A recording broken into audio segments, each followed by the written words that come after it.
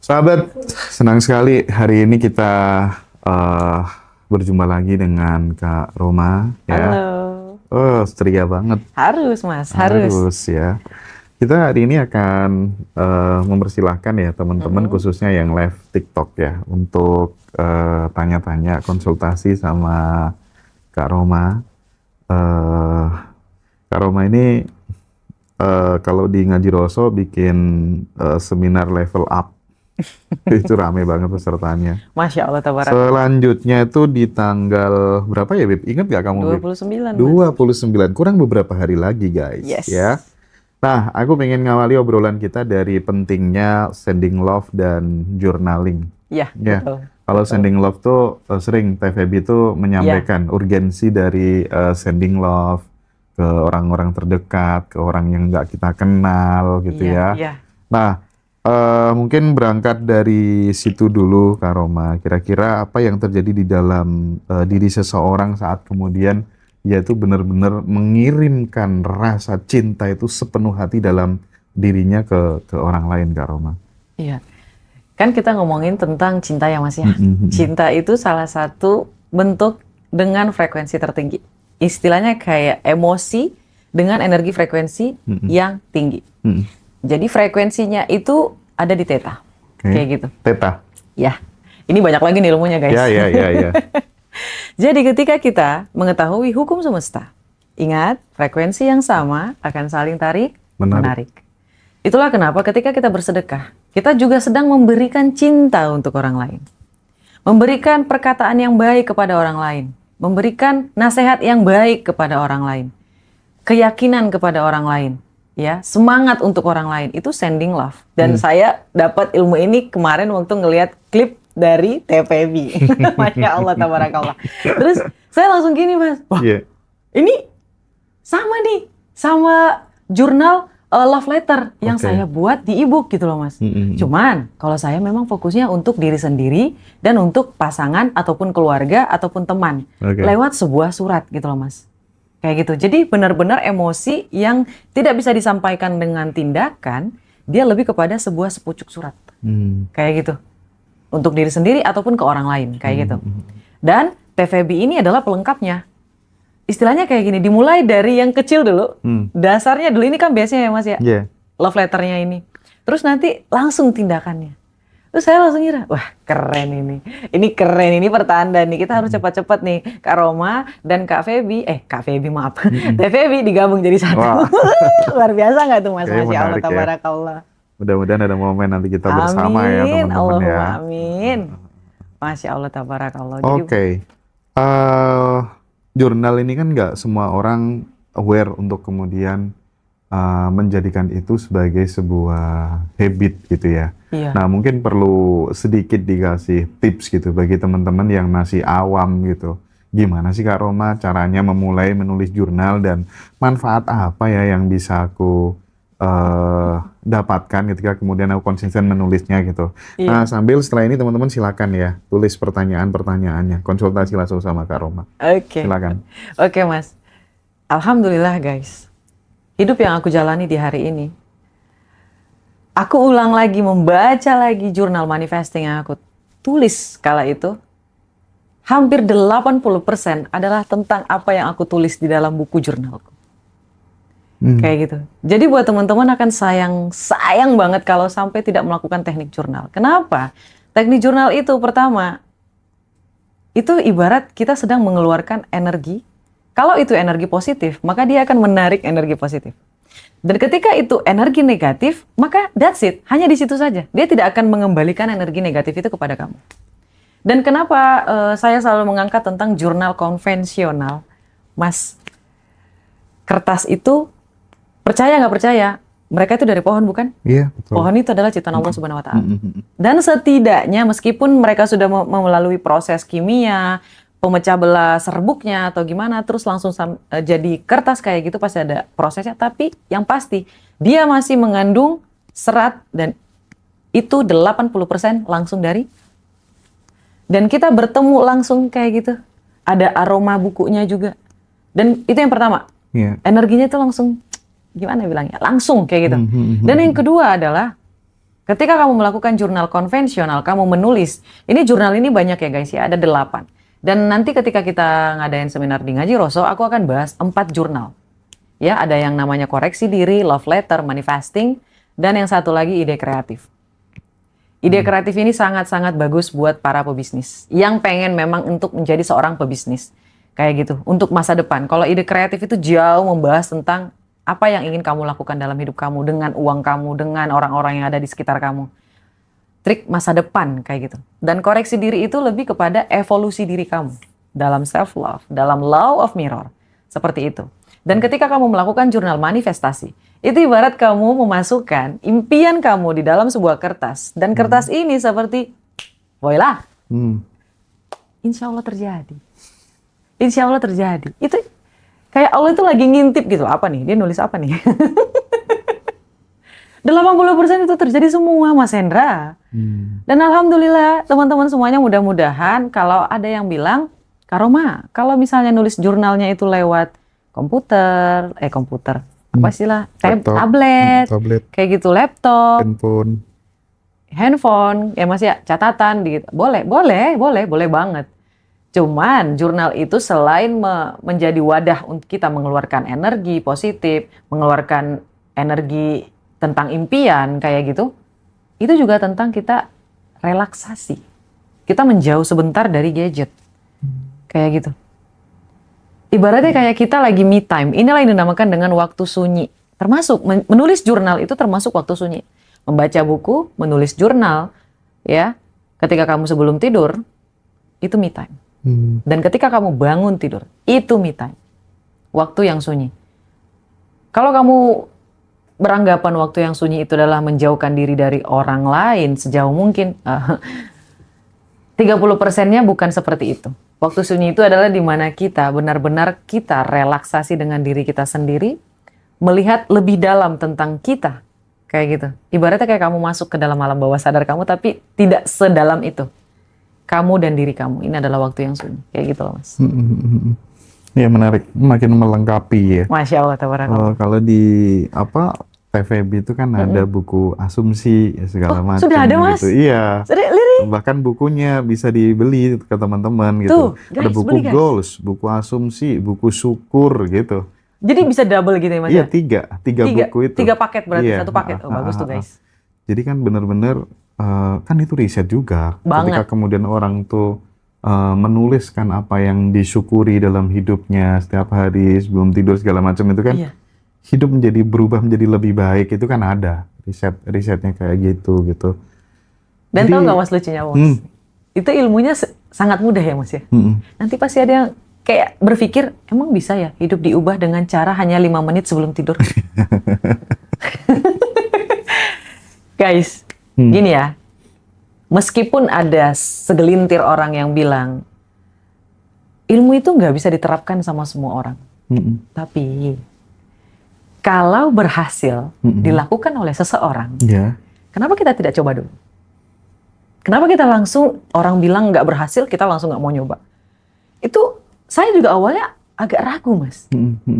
Baru bangun tidur, ngapain ngayal gitu loh, Mas. Mau bangun tidur tuh ngapain ngayal gitu. Tapi ketika saya lakuin, nominal uang yang saya bayangin, masuk, Mas. Kejadian yang saya bayangin dalam waktu sebelum saya benar-benar membuka mata, itu kejadian. Ketika saya membayangkan saya ada di hall mewah kayak gitu, ngadain seminar, kejadian gitu loh, Mas. Jadi buat teman-teman, apa yang membuat kita menghalangi diri kita untuk mendapatkan apa yang kita impikan? Itu juga bisa kamu menghayal, mohon maaf sekali, hamil, misalnya, dapat jodoh misalnya, menikah misalnya, bayangin aja, gambar siapa orangnya Kak Roma, nggak tahu. Bayangin aja orang yang tampan kayak, orang yang cantik, orang kaya raya, atau orang yang memang bertanggung jawab, baik hati. Bayangin aja. Gila guys, itu ada 3 loh bukunya. Lengkap, paket komplit. Itu tuh start awal sih menurutku. Karena bagaimanapun juga variabelnya kan banyak ya. Variabelnya tuh banyak. Teman-teman harus kerja keras juga, terus disiplin juga, harus dipercaya sama orang juga. Punya skill juga gitu kan. Tapi masih bisa diasah ya, Mas ya? Iya dong. Masih makanya dong. Kan kadang kalau kemudian aku udah nyoba gini, nyoba gitu, tapi masih prakteknya kadang nggak sungguh-sungguh aja gitu. sekali lagi sukses itu kan, ya menurutku memang nggak bisa secara instan, nggak bisa Nggak ada yang bisa kayak gitu, gitu, Mas. nggak bisa. Pelan-pelan. Aku setuju dengan statementnya Kak Roma yang terakhir gitu.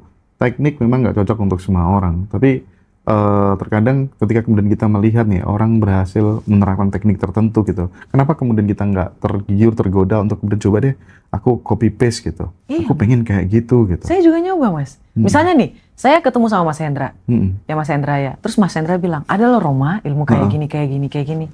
Terus saya berpikir, Mas, kalau Mas Hendra mengatakan seperti itu, artinya sudah berhasil dalam dirinya. Mm-mm. Pasti, Mas.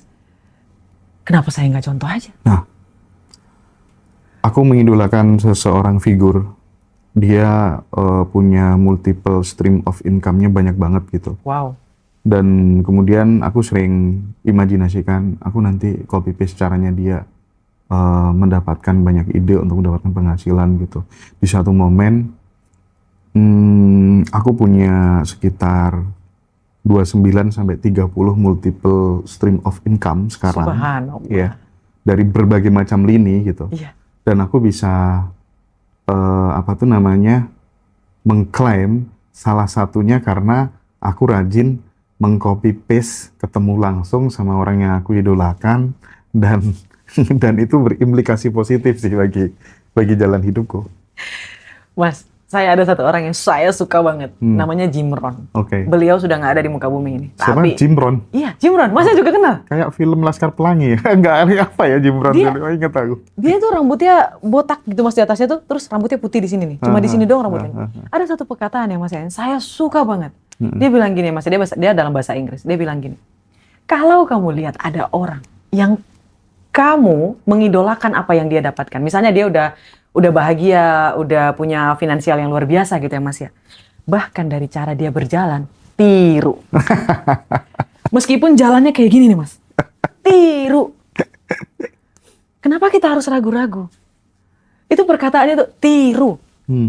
Jangan langsung kamu mengatakan, oh nanti nggak berhasil, nanti kayak gini. Ah itu kan cuma dia doang yang berhasil gitu Mas. Terus dia bilang kayak gini, masalahnya yang nggak berhasil siapa? Dia atau kamu? Kenapa kamu memperdebatkan hal yang belum kamu lakukan? Ya.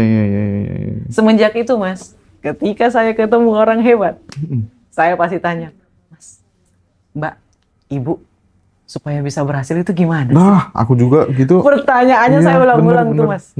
Dan dia akan jelasin, nanti saya kayak gini, kayak gini, kayak gini. Saya tuh kayak gini, saya orangnya pemberani Roma, kayak gini. Tak tiru nih, harus saya tiru ini. Dan alhamdulillah Mas, dapat ilmu dari Mas Hendra nih. Saya langsung taruh dong. Saya langsung aplikasiin. Dapat nggak? Dapat guys. Saya ngeliat TVB yang kuantum jam Mas. Terus saya pikir lagi, pernah nggak ya ini terjadi dalam hidup saya? Awalnya saya mau ngelakuin sendiri gitu loh Mas. Iya. Gitu ya Mas. Kayak, terus saya bayangin lagi, oh my fucking God. Ini sudah pernah terjadi di dalam hidupku.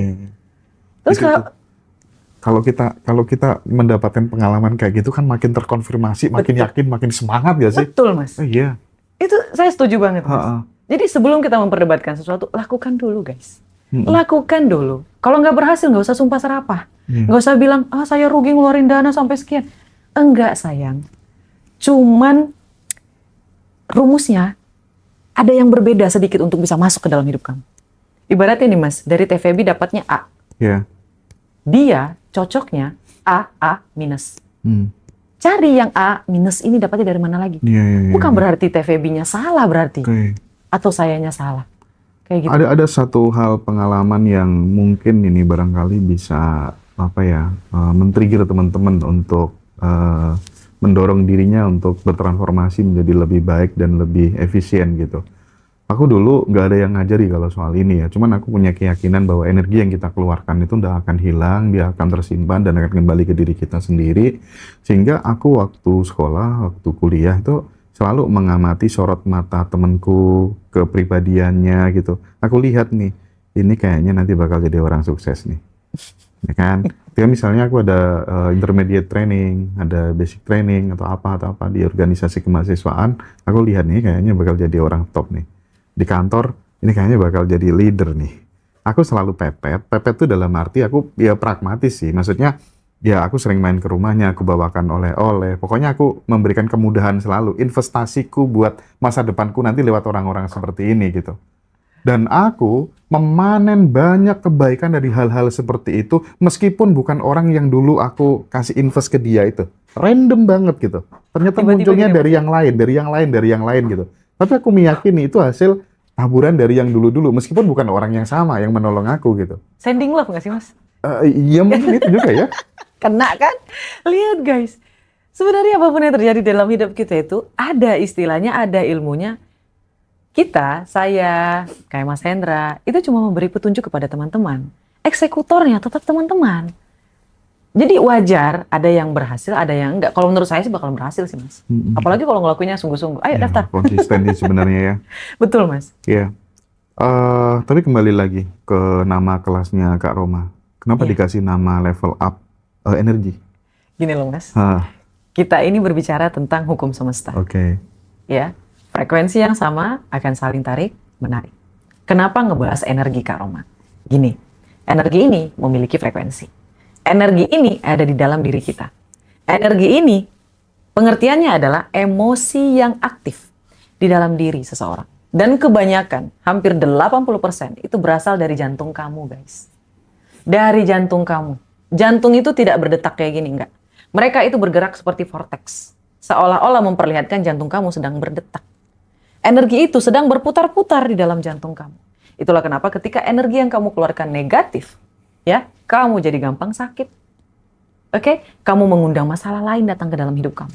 Karena sekuat itu, berputar-putar di situ. Dan ini akan menyampaikan energi ini nih yang dalam jantung kita ini, ya, tersampaikan melalui otak kita. Dalam bentuk frekuensi. Dan masuklah ke dalam diri kita frekuensi yang kita undang dalam realita hidup kita, ya. Entah itu orang lain, entah itu situasi, entah itu rezeki, uang, kesehatan, masalah, segala macam. Kebahagiaan, keberlimpahan. Seperti itu ya Mas Hendra ya. Ini sih dari saya ya Mas ya. Seperti itu guys. Oke. Kita mulai masuk ke pertanyaannya teman-teman. Oke. Aku suka sesi konsultasi kayak gini. Ini namanya Mbak Ana Ashifa Kolbi.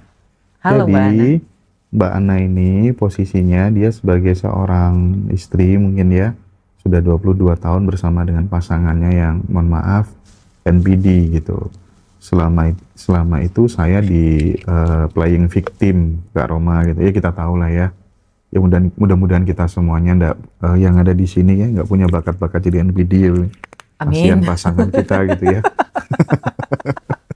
Ya kan kita nggak tahu gitu ya. Jangan-jangan Ya, kita amin, bahas amin. NPD kita sendiri NPD gitu Betul, kan. betul Mas, betul. Nah, ini nih gimana Kak Roma responnya?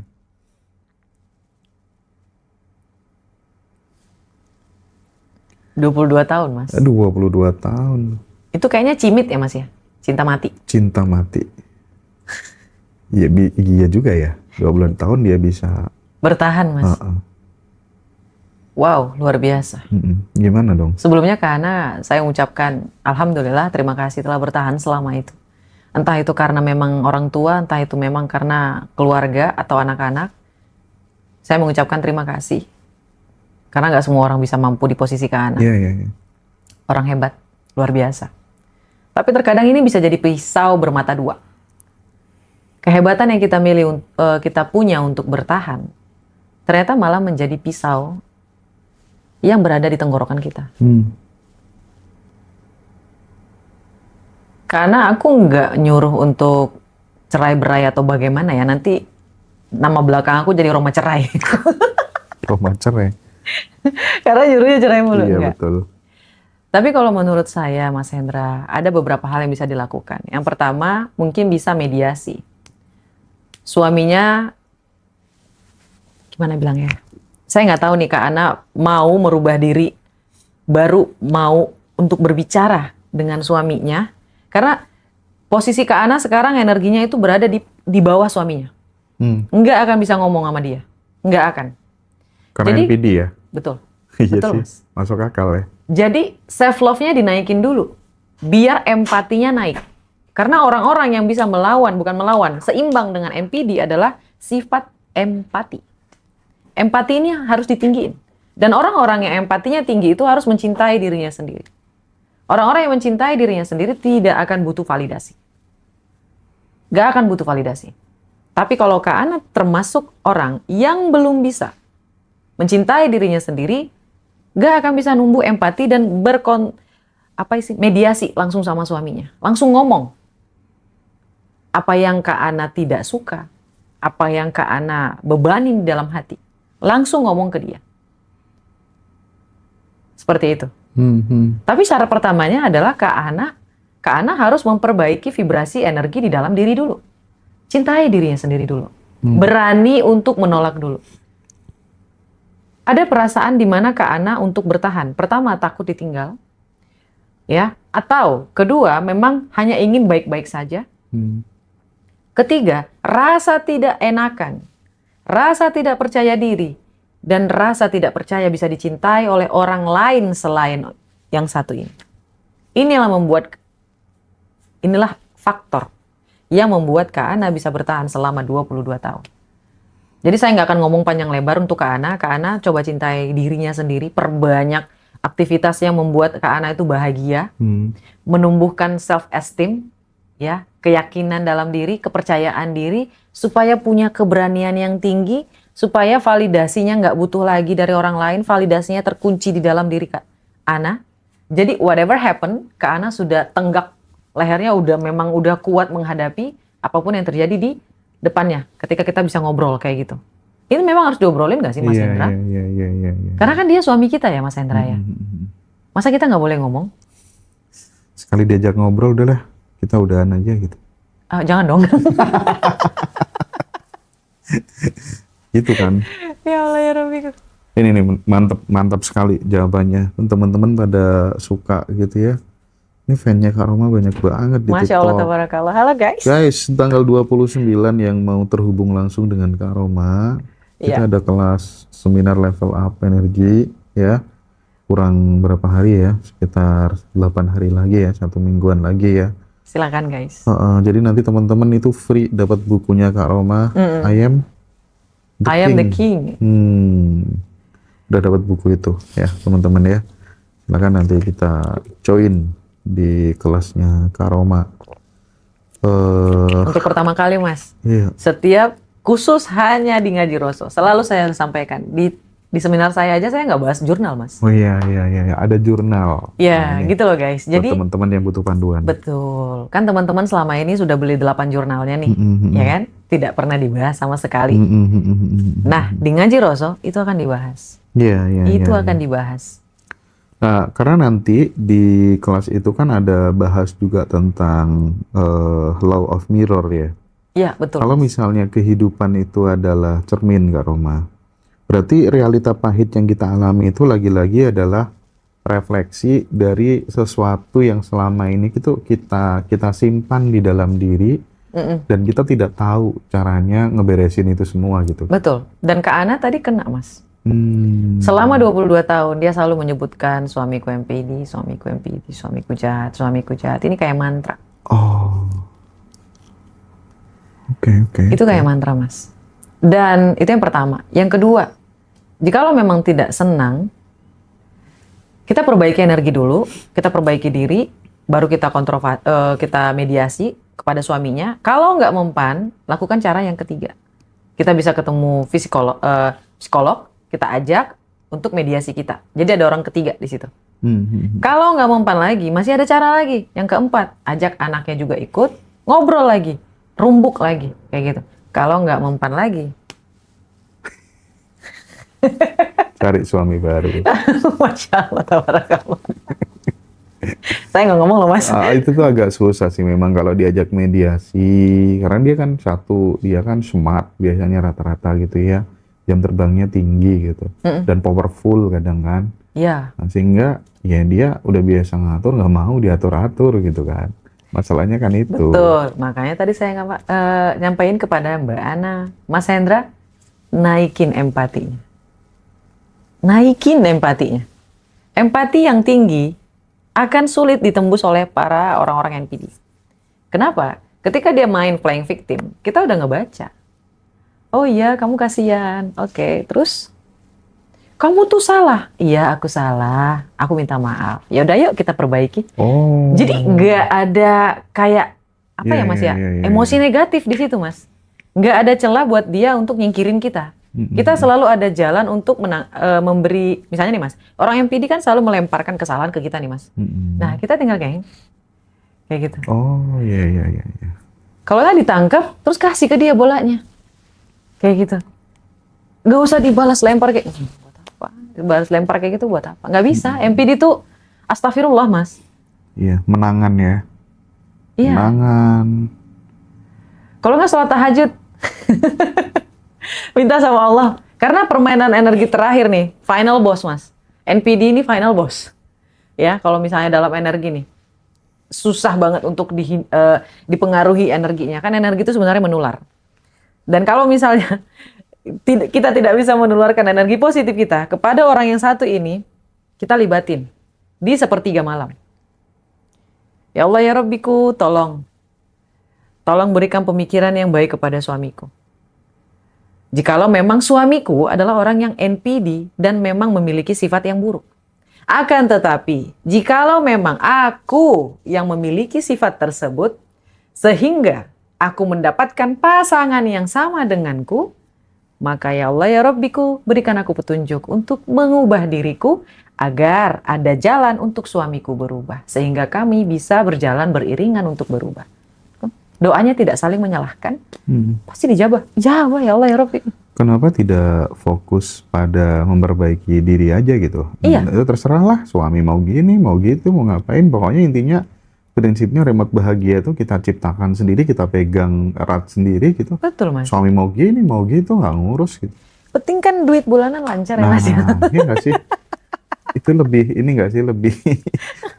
Lebih bikin bahagia, nggak ngeluh terus kali ya? Iya. Ketemu teman-teman di Ngaji Roso, ikut seminarnya, kan ketemu teman baru. Iya, iya, iya. Ada ininya Mas, Ngaji Rosonya? Khusus perempuan atau khusus laki-laki Jadi untuk ininya? rata-rata acara offline-nya Ngaji Roso itu didominasi sama emak-emak semua. Nah, Mas. tuh Kita guys. itu ya, kita itu tanggal 25 itu kan ada reuni, ada kelas offline paginya. Cuman kelas offline paginya ini buat teman-teman yang tanggal 25 itu tinggal 7 seat aja. Nah, kalau mau ikut online-nya ya. Reuninya tuh hampir 250 sampai 300 orang. Itu pun mayoritas emak-emak. Ini namanya perkumpulan guys. Kita Iya. bertemu orang baru, bercerita. Sehingga masalah-masalah yang lalu itu, masalah-masalah yang di rumah itu, ya di rumah aja. Kayak gitu. Dan menariknya kan levelnya di atas semua, ingin bertumbuh semuanya. Betul Mas. Nah itu kan. Siapa tahu ketemu orang baru, malah bikin bisnis baru, malah bikin suatu perkumpulan baru. We don't know. Kalau itu pasti sih. Pasti sih Mas, Iya, kalau menurut saya tuh. kalau itu selama ini emang begitu Kak Roma. Dan ketika kamu sudah memiliki energi self-love guys, kalian akan tidak secara langsung menarik orang lain untuk menyukai kita.